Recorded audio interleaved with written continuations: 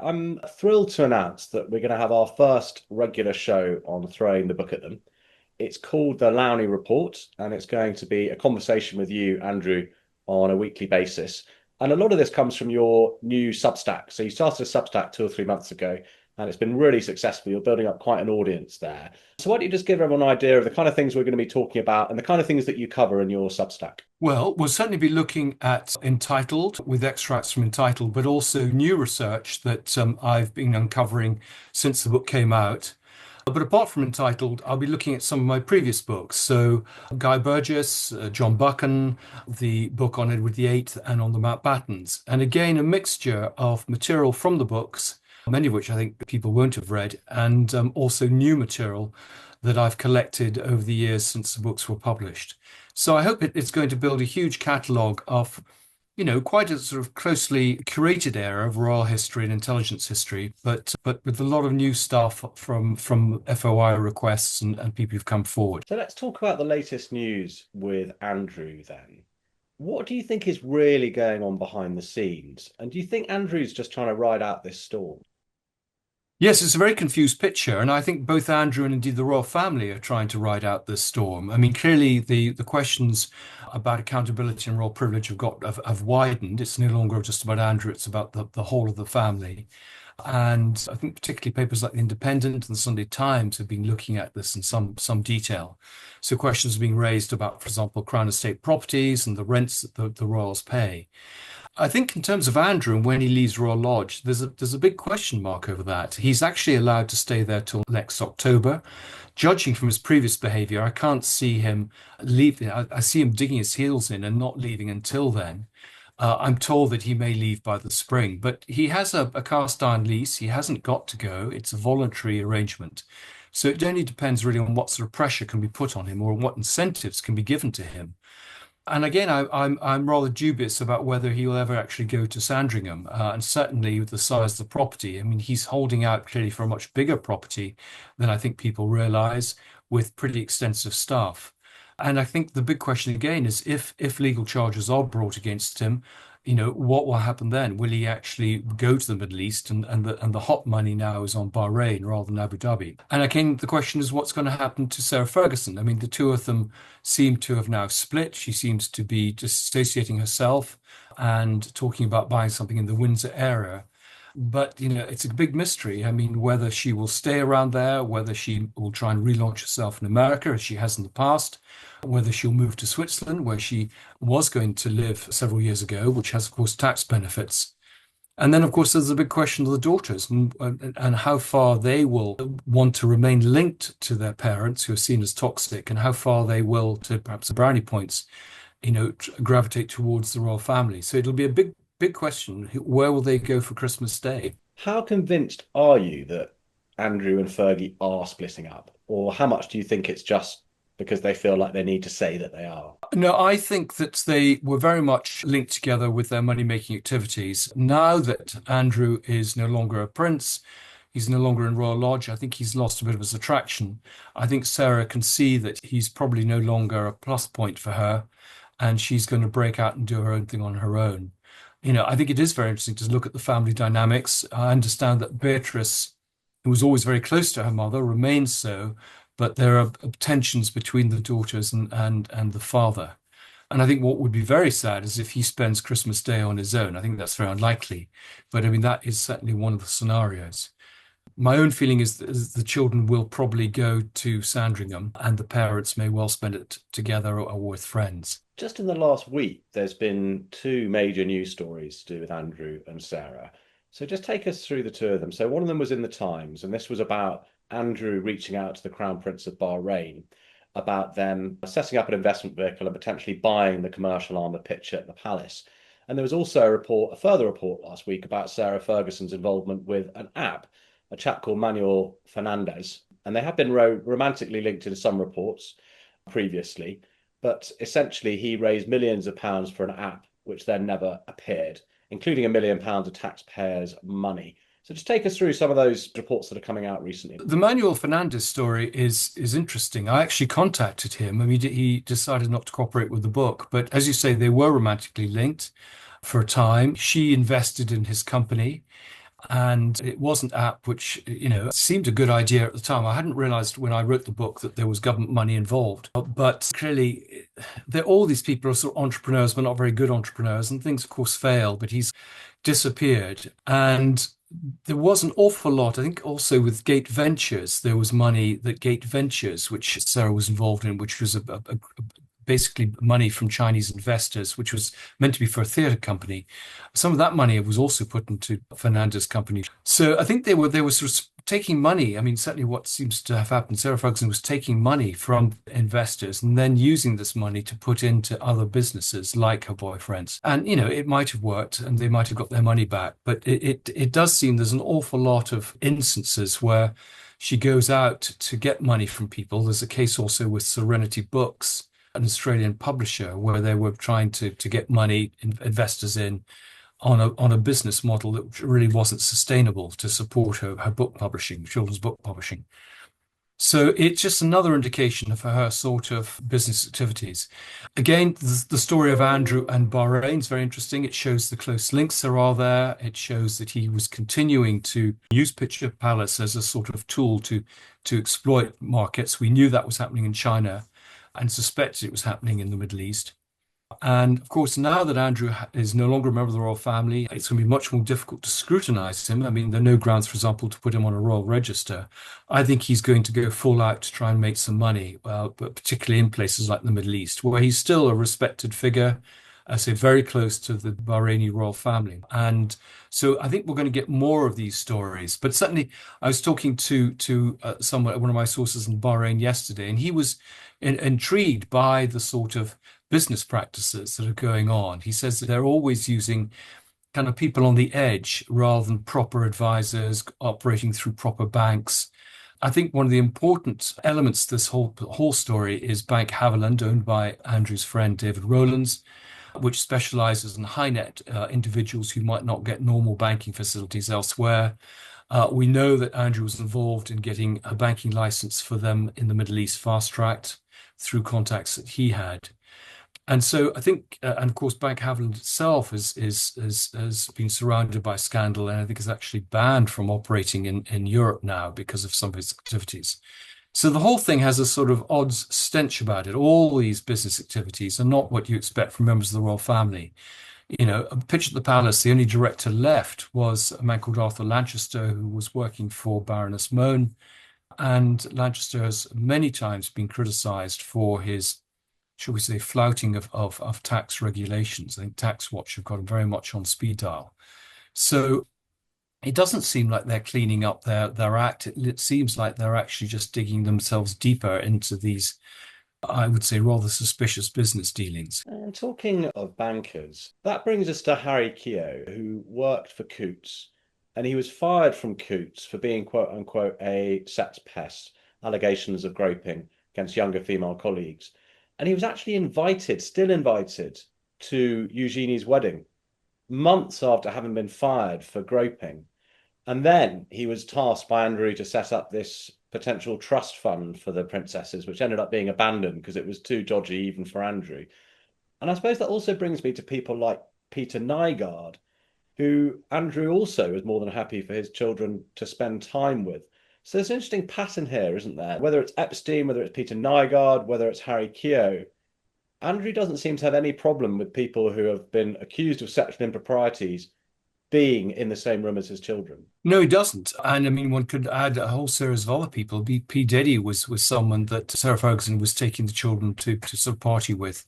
It is very odd. I mean, the children are very, I mean, I think members of the public are pretty aware of the close links the children have with the parents' own business activities. There's a lot of criticism of them at the moment. I mean, the line is they should basically stop those activities because they're going to cause reputational damage. And they're refusing to have a sort of ethics audit of their business activities. I think one of their selling points clearly in the Middle East is the fact they are still princesses, and I don't think they're going to surrender those very easily. But yeah, I mean, I think it was almost immediately after Epstein came out of prison, Sarah took the girls to meet him. So they don't seem to have any concerns about this, which is odd because both parents, in fact, the children, are deeply involved with anti-slavery charities. I mean, Andrew was a patron of the NCAA, I can never pronounce it, National Society for Prevention of Cruelty to Children, a patron with Peter Mandelson. Sarah's a whole series of charities that she's worked with. Andrew had a charity dealing with trafficked women in India and selling their products through the Body Shop, which only lasted about a year. Eugenie has her anti-slavery collective, which is collecting a lot of money but doesn't seem to spend it. And the suspicion is that, these things are all there for reputational laundering rather than for any genuine interest in the subject. So, yeah, it is weird. You would think that they would cut loose from these people immediately they discovered, what their background was. And Nigar is I can't remember where quite he is at the moment, whether he's in prison or not. But I mean, he has a long history, and he's just a very bizarre character. And to go and bring your children to his property in the Bahamas as they did does seem very surprising. Take us through some of the most important recent revelations in regards to Epstein and Andrew, and just talk about how the landscape is changing in terms of what we understand there. Well, I think we are going to get some material from the Epstein files. I mean, clearly, lots of material has been redacted and won't be released. But I think we are going to get lots of new names. We certainly got some new names that came out of the Jewellery book, or hints at new names. All those names, of course, are in the depositions if people want to look them up. So it's. I'm not quite sure why she did that. I think she claimed to be very scared even at this stage. I think there are also some interesting other court cases going on, other episodes where judges are now more prepared to open some of this material that has been closed. There are some of the defamation cases and things. So I think there is going to be a lot of new material coming to light. There's clearly a lot of leaking going on. The Mail on Sunday have leaked various emails recently, most notably on Sarah and Andrew knowing Epstein much longer than they claimed. We're now beginning to see stuff from the legal depositions. I think we're going to get more material clearly on the involvement of bankers like Jess Slaley and others.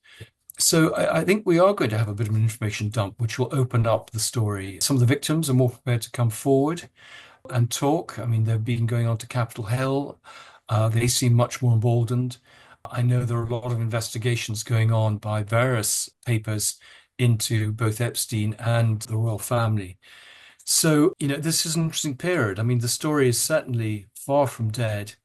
We've had, of course, the birthday book released, which showed the links or the very effusive comments about Epstein, not just from Peter Mandelson, but also from Donald Trump, which, of course, Trump claims is fake news.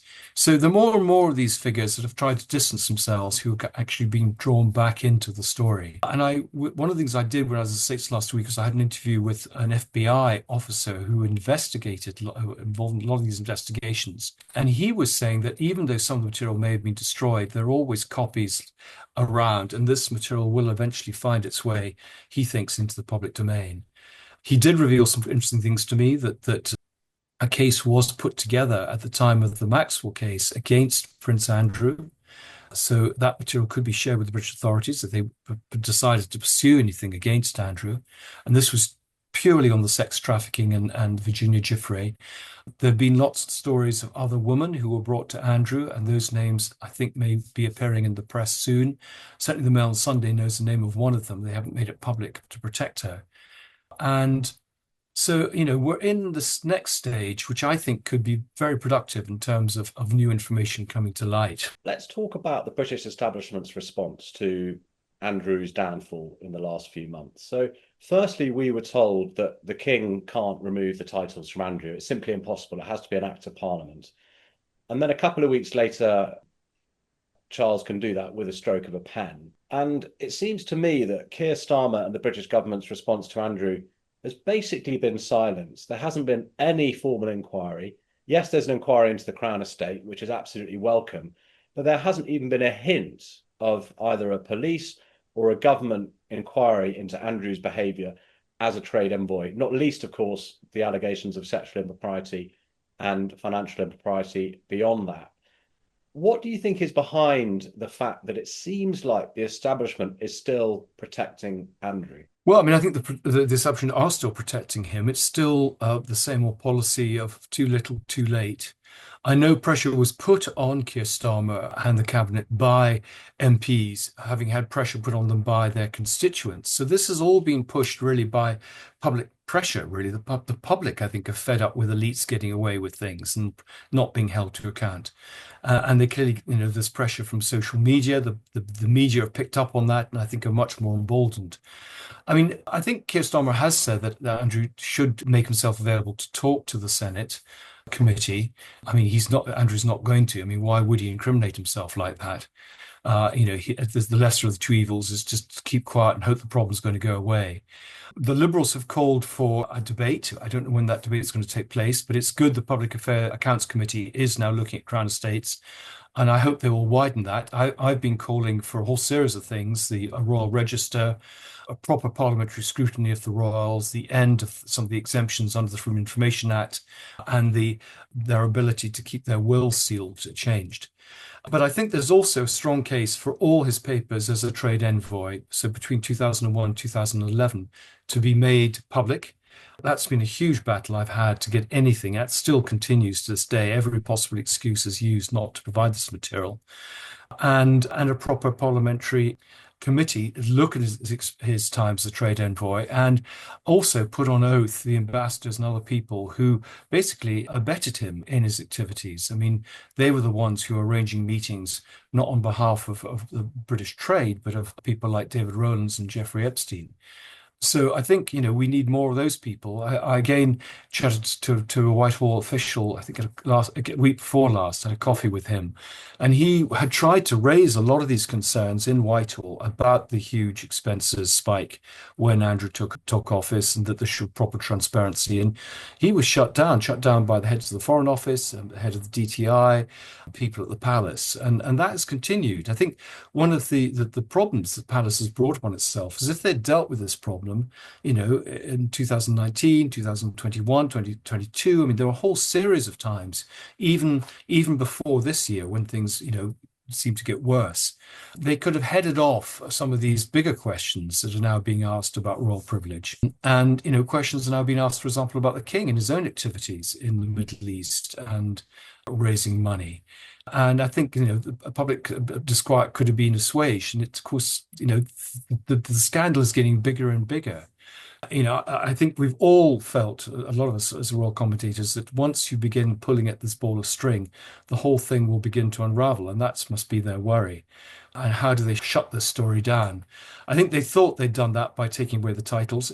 As you say, it's odd that it couldn't be done and suddenly it was done in an afternoon. I think he hasn't lost his title. He's just been struck from the peerage, but that's as good as anything. He's not been removed from Royal Lodge. I mean, again, what has changed there? He's there likely to be there for another year. When he leaves, it's likely to a pretty grand house with staff. So he hasn't really been held to account for what he's done. And as you say, there isn't a real push for an investigation. That's all gone quiet. I mean, people like Di Davis, the former head of Royal Security, have called for it. So has the former head of the CPS in the Northwest. And I just think that maybe there needs to be more pressure calling on a case to be made. Talked to the FBI officer about this. He said that a lot of the evidential evidence material that they gathered wouldn't stand up in a British court. So that was one problem about sharing material. But, we've never really known whether the Met did investigate Andrew properly on those three occasions. They refused to answer when I put in FOIs. And other people I understand who put in FOIs, Dylan Howard, for example, the former editor of the National Enquirer, put in requests to the American police about this and didn't get any answers. So, let's hope that some people come forward and say what's happened in the past. And I think also, something now happens. I think that there is a real feeling that Andrew does need to be held to account and properly investigated for what's happened, particularly if more of these women come forward, having said they were trafficked to him. And the police have formed, don't they, with a lack of curiosity when it comes to investigations. So, for example, it was 2 days before the Queen died that they finally interviewed two people under caution in regards to the allegations that Michael Fawcett had sold a knighthood for millions of pounds, and the person did indeed get a knighthood. So 2 days before the Queen dies, they interview these two people under caution. Then the Queen dies, and the investigation seemed to die with her. So again with Charles, in your book, Andrew himself implicates Charles in these financial shenanigans. Firstly, talk about what you talk about there in the book. But do you think that is why Charles has been so weak in dealing with the Andrew problem? Because there is a chance that he himself is implicated. Well, certainly David Rowland's boasted that he acted for other members of the royal family, including Charles, in some of his activities. I mean, that may be David Rowland's boasting, but that was certainly Jeffrey Epstein's hope that he could sort of begin to act for the whole family. And that was, that Andrew was only just one way into that bigger pot. There are a lot of questions about King Charles, particularly the way he's raised money for Dumfries House. And there have been lots of stories about money in sort of shopping bags and stuff, I mean, literally cash. But, that is one of the great sort of areas that the press, will not touch. You don't attack the principals or the direct heir to the throne, because clearly that does place the monarchy at risk. And the line of, people like Norman Baker is, the way you preserve the dignity of the royal family is for them to behave in a dignified way, not just to allow the principals to behave as they want without any scrutiny. But there are lots of questions. I mean, whether Charles's reluctance to deal ruthlessly with Andrew is down to that, I think is I'm not so sure. I think it's down to the fact that Andrew, it's very difficult to get Andrew out. Andrew's playing hardball. Andrew has, I suppose, the risk. There's always the risk that Andrew may spill the beans, or Sarah Ferguson. They need to keep him sweet. There's a feeling of duty of care to him, that if, his mental health. I think there's also a feeling that they should cut him loose, because he can damage the rest of them. But the danger if he speaks is that, in some ways they're caught, because I mean, if he needs to be neutralized, because if he speaks, that will be damaging to them. And that may be by not acting as toughly towards him as perhaps some people would like. I think particularly William. So yeah, there are a lot of dark secrets there. I mean, I'm told that the royal family have a sort of file on Andrew and Sarah Ferguson that they can deploy, but that would be sort of mutually assured destruction. And again, I think if anything was to emerge, I mean, scandals, they would be done in a very subtle way, leaked, through tame journalists, or keep everyone's fingers off these stories coming out. But clearly, it is a very difficult moment for the royal family at the moment. Lots of questions being asked about their finances and the special treatment they're getting. And again, questions being asked about William and how much work he's doing. I think Norman Baker's been making the point that he does about half the number of appearances as his father, who was ill. And though, of course, he has responsibilities for a young family, he does have a staff that could deal with the children. He doesn't have to pick them up from school every day. So, a lot of these questions which people were not asking even 6 months ago are now being asked. There have been some reports that Sarah Ferguson's pitching for a book. Have you heard anything from your contacts in the world of publishing that she is? And what do you think could be next for Sarah Ferguson? Well, I've not heard, about her pitching for a book. I think it's more likely to happen in the States, where she has close connections, particularly with Simon Schuster, but also with HarperCollins, who published her. And I think, that would be kept very much under wraps. She does probably have a story to tell, and she may feel this is the moment to tell it. But, the pressure they've always been able to put on both parents is what will happen to the children. And I think that's the deal that's been done. We'll make sure the children are okay. They can keep their titles. They can come to Sandringham for Christmas. We'll perhaps turn a blind eye to some of their business activities. But, you will play ball. And that's quite a dangerous policy. So, and clearly you won't spill the beans. But, people can act very irrationally. I mean, certainly over the years, Sarah's threatened many times to sell stories to the press. And, that must be a worry for them, particularly, stories like Fawcett's involvement with them as an enforcer. So, yeah, I think it is very, very dangerous moment for them. And it's difficult to know how they're going to deal with it, because there's clearly no love lost between some of these parties, despite appearing to one big happy family. And let's talk about some of the ways that money can find itself to royals in a more general sense. So some things we've spoken about before is this fascinating method that the King of Spain's mistress spoke to you about, whereby money is basically laundered through jewellery. Talk about some of the ways royals can be paid. Yeah, she was very interesting. I mean, particularly in the Middle East, a lot of it is giving very generous presents, often jewelry. And, this jewelry has to be declared. There is a royal gifts list, but what seems to emerge is not everything is declared on that list. Again, that's all part of the window dressing. Certainly at Sunninghill, the Yorks had this big room called Aladdin's Cave, where a lot of the things they'd been given, particularly wedding presents, but I think other things were kept. And I think one of the interesting things that the mistress said was that how the royal family use often celebrity jewelers to basically take stones out, resell them, and basically, launder this money.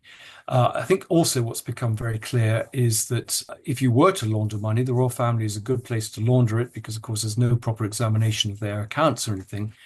And one of the concerns about Bank Havilland was that this was a very easy way to Coutts and all these companies have very strict regulations. I don't think those regulations were perhaps quite as strict with people like Bank Havilland, and so that was a very good route to get money out. And clearly, there have been a number of these property transactions, particularly Sunninghill, which have raised all sorts of concerns that this was money laundering. Partly the extra 3 million that was paid to Andrew was sort of a thank you for his help in Kazakhstan, but also a way of getting money out of the country and kind of into circulation abroad. So, I do think the National Crime Agency has a case to investigate the Yorks, certainly, about their, and this was something that was called for by MPs 20 years ago. And that's no one's really been talking about that. And I've certainly offered to give material I've got to the National Crime Agency. No one has come forward from there. So, we're all focused on Epstein, Andrew, and trafficking or the misconduct in public office, but there are all sorts of other areas that I think could be investigated. So maybe that's something, that MPs should be looking at as part of a wider investigation. And again, we see the repetition of a pattern here with Andrew dealing with dodgy people despite warnings. So let's talk about his dealings with this Chinese businessman who was also trying to get information from MPs. Andrew was warned against him by the Secret Services, continued to have a business relationship with him. And it's hard not to come to the conclusion that Andrew was betraying essentially the country, not for reasons of ideology, but purely for greed. Yes, I mean, I think the whole national security element to the whole scandal hasn't really been properly explored. I mean, very difficult to do so. But clearly, one of the vulnerabilities that intelligence agencies abroad, particularly places like China and Russia, realized was through the greed of the Yorks that by offering to be giving them money to be brand ambassadors or directors or whatever, they could get into the royal family, give themselves a certain amount of respectability, and get introductions to useful people. And I think that's what went on. I mean, Ten Bo, the alleged Chinese spy that has been banned from Britain because of his links with Chinese government officials, is only one of many people in the York circle who I think, they should be very careful about. There's a man called Johnny Hon that I write about who was brought Sarah Ferguson as director of Gate Ventures and paid a large sums of money, wouldn't say what was for, she wouldn't say what it was for. But Johnny Han has close links both to the Chinese government and the North Korean government, and has tried to ingratiate himself with other members of the royal family. At one point, he was selling Christmas lunch at Buckingham Palace with Prince Philip to rather naive Chinese investors. And, I know that one of the concerns that was raised, and one of the reasons I think they decided to take action against Andrew, was about the national security element, particularly with China. And he's been using Tenbo clearly to use Pitch in the Palace to raise money for him there. He has a Chinese bank account. And we've never really got to the bottom of what Tenbo was doing in China on behalf of Pitch. New materials come to light about Pitch in the Middle East too, which continued, after the whole thing was shut down. And Andrew's been drawing money from Pitch at Palace Global, up to the present day. I think there was £200,000 he took out the other day. So when people say, where's his money coming from? It's coming from some of these ventures that go back many years, but ventures which were meant to be charitable and which turned out to be business activities. But I do think there are many more spies, around the Yorks than people realize. And, the Yorks have been useful idiots for them. Andrew at one point was trying to talked to people at the Serious Fraud Office about shutting down investigation into BAE. There's been lobbying at the Home Office for passports for people who were being investigated. So he's kind of been involved in political activities. I mean, we talk about Charles interfering in politics, but Andrew seems to have also been involved in making and lobbying on behalf of people. And that's all been covered up. And again, trying to ask FOIs about this gets one nowhere. So I think that, again, part of this wider investigation into Andrew's activities might look at some of those lobbying activities he was doing on behalf of some of these mates. You're absolutely right. At Eugenie's wedding, I mean, a lot of the guests there were convicted fraudsters and people who business associates, and not people that Eugenie knew, but were just thank yous from the Yorks to people who had helped them in business. And again, talking to a member of the royal household only a few weeks ago, they were saying that the Yorks were still entertaining business figures in royal palaces like Buckingham Palace very recently. I mean, neither of them have been working royals for a long time. And what are they doing, giving access to a property which the public have just spent large sums of money renovating for them to do favors to some of their business chums.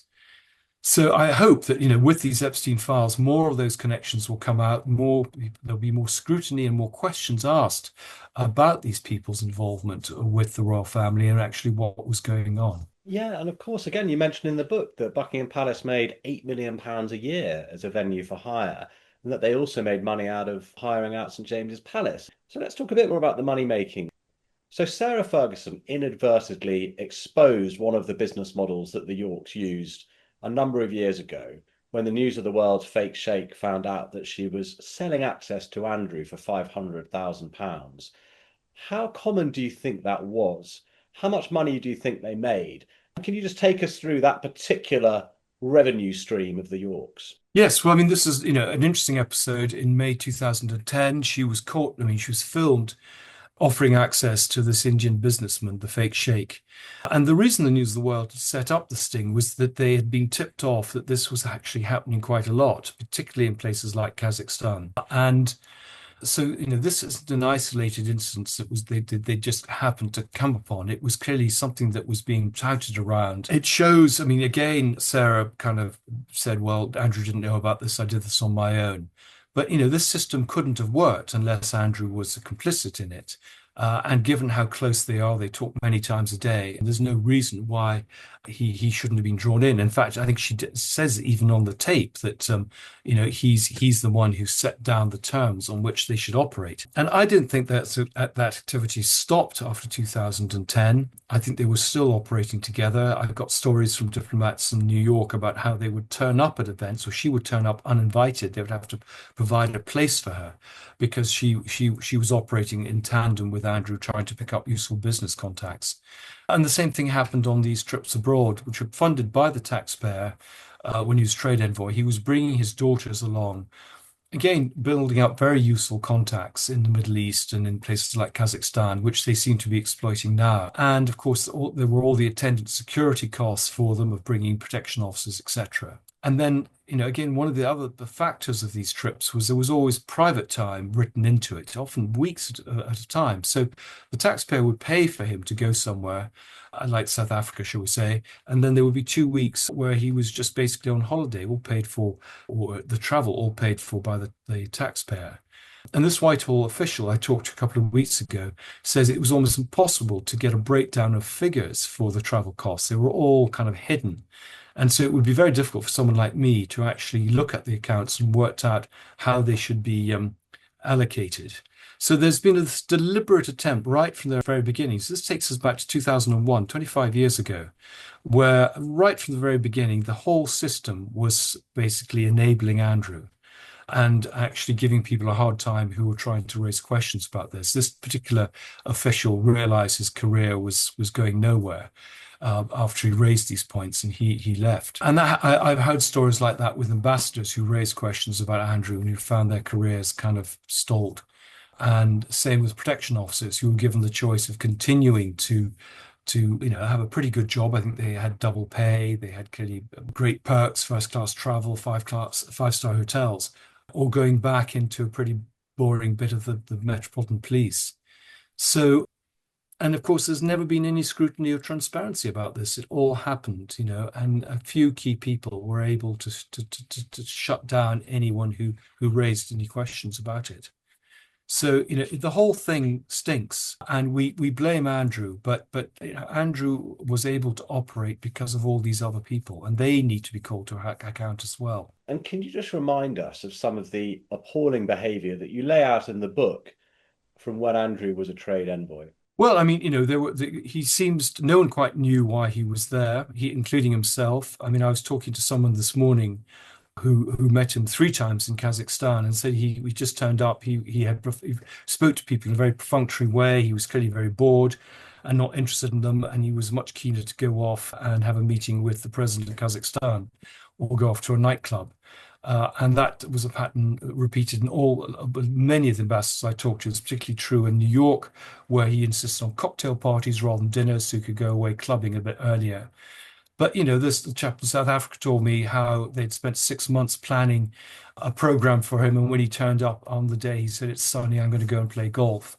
Simon Wilson in Bahrain has the story of him actually ignoring his brief and saying absolutely the opposite. So he was tasked to sell, I think, arms to the Saudis or the Bahrainis, and suggested to them it'd be better to lease them.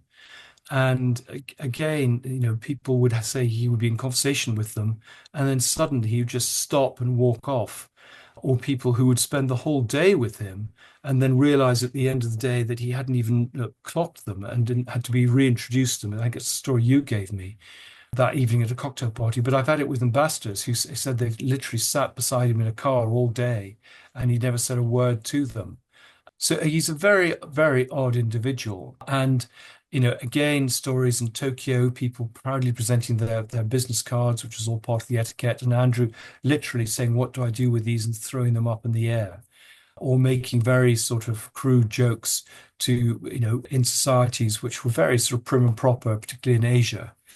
So some really weird behavior. At the same time, to be fair to him, I mean, he did, particularly at the beginning, make trips where people claimed that he was effective to support particularly oil and gas industry in places like Russia. So, there were good and bad bits to it.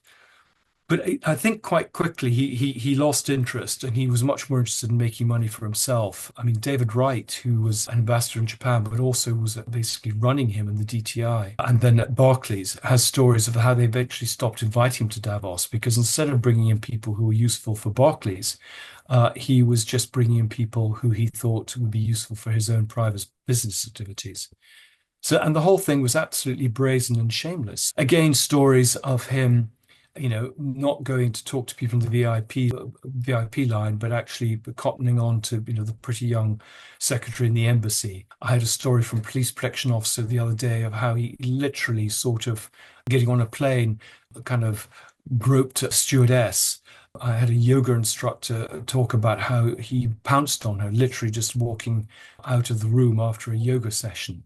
But there was nothing that she could do about it. And I think he just knew he was protected and no one was in a position to complain.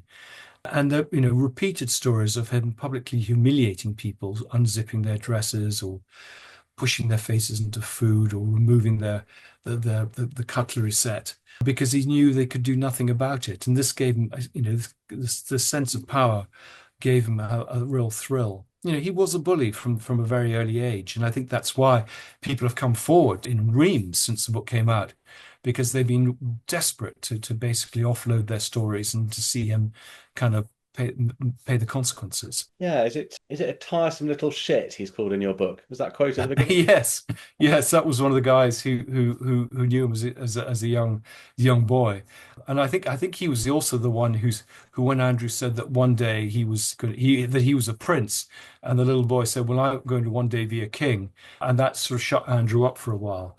But there was this thing that the naval officers talked about a lot, that he didn't know when to take off his prince's cap, and therefore he found it very difficult to to associate with other ratings, for example, in the Navy. He kind of stood on ceremony. He lacked a proper sense of his identity, and that's why he relied on his status.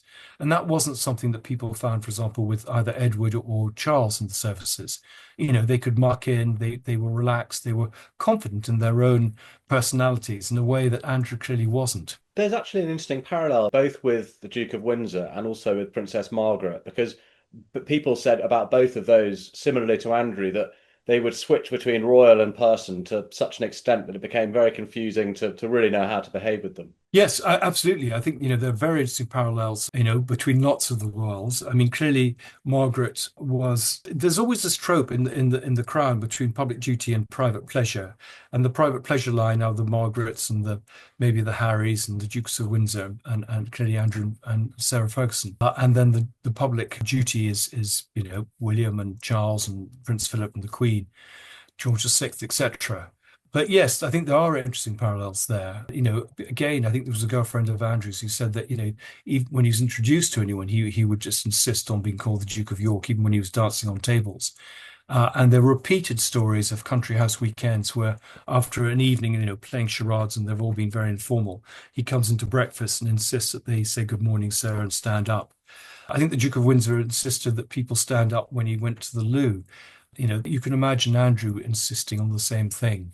So it's very odd because his siblings don't behave like that. They seem to have this to get that mixture of informality and respect and dignity right. But he doesn't seem to have got that balance. What do we know about how Beatrice and Eugenie fund their lifestyles? And is there any indication that they're carrying on in the same way as their parents? Well, both Beatrice and Eugenie have quite well-paid jobs. Jobs, I should say, that they deal with client relations, and clearly these jobs that come from their contacts, which come from clearly introductions that are often made by their parents. Both of them live in very expensive properties. Beatrice in a £3.5 million farmhouse in the Cotswolds, where she's prepared a granny annex and the cow barn for her mother, and Eugenie with I think again a £4 million house in Portugal.